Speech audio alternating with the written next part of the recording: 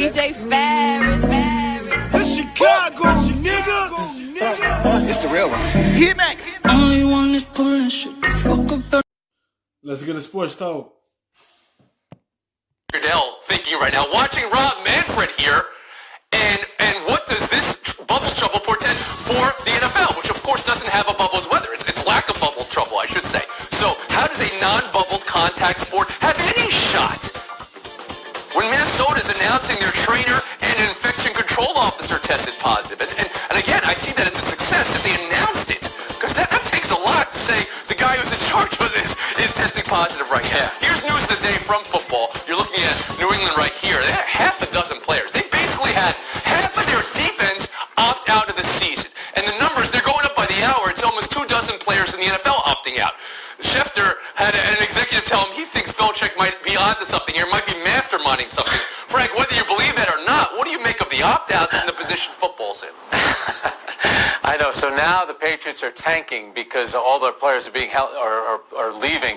Meanwhile, if they didn't have any players, people would have said, I see Bill Belichick. He really doesn't care about the health of his players. I don't know what the Patriots are up to. Somehow it'll work out for them. But I think Dante Hightower, this is a terrific player. He's important to their defense.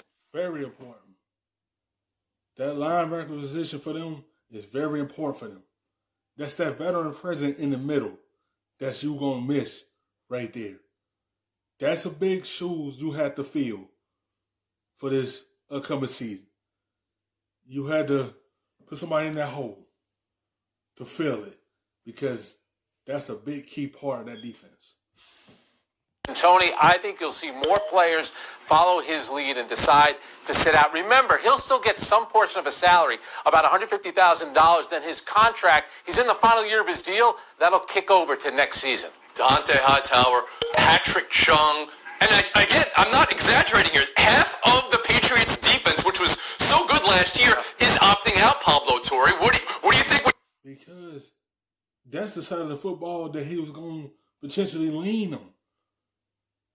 He already had some players that left, went to new teams, and now you got your two key pieces of that defense opting out. Then you got more players opting out on your defense. And I want to see what he had in his sleeve to plug players in at the positions. That is a big hole in that defense. You hear that, and what position is the NFL in? My first instinct is to be a Belichick conspiracist. I am still a person who thinks He's a mastermind. Somehow they're tanking for Trevor Lawrence. That's what you're going to tell me.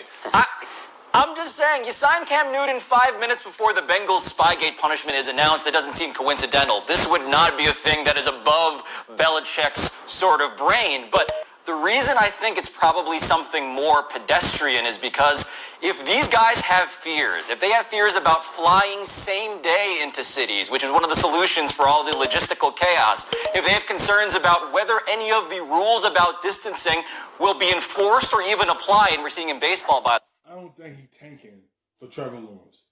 Some players are trying to take safety precautions for themselves.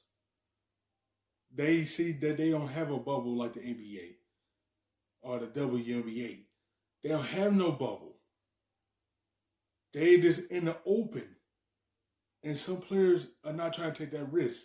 Yes, they want to play football, but they also think about their safety. the way, there aren't yet punishments for the on-field protocol transgressions, which is its own bucket of chaos. I'm thinking, okay, if my teammate says no, I can stand in his shadow and not be all alone in opting out. I think that just might be what's happening here. Just guys thinking, I have support from my colleagues and I don't have to be all by myself on this. Okay, it's not just the opt-outs. And Clinton, I'll bring you in here. Judging from your last enter in baseball and knowing you, I know where you would stand on players valuing, of course, their health and their own decision-making capability here. It's also, you've heard about the quarantine quarterbacks? You know, this is like designated survivor. Kiefer Sutherland, where we're going to keep quarterbacks 1 and 3 with the team, but 2 and 4 are going to go elsewhere and never come anywhere near the facility should there be a breakout. Is the NFL in a position there where they're making the right decisions here? As a native native of the capital of the United States of America, you know I'm a big fan of the designated survivor setup. But overall, I think this is just, again, garden variety mercenaryism with the Pats. Guys are saying, you know what? We're kind of expendable. And in this case, I think we're good. Forget about the hotels. Forget about the flights. What's going on with the huddle and the practice field? If I don't need it, I'm not going to take it. I think that's where we are with this overall. And the NFL has to make a decision. Can you actually play football safely?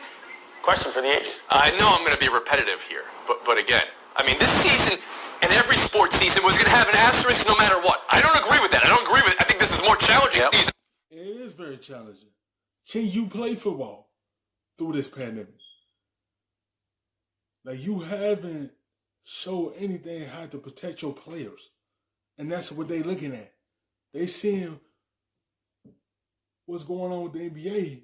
Like, what's going on with our owner, or Roger Goodell. Why he ain't making moves like that to protect us? It's gonna be a very crazy situation how to figure this out. Can you play through this? But players, former players, when LeBron maybe gets a ring, we're gonna put an asterisk on the season no matter what.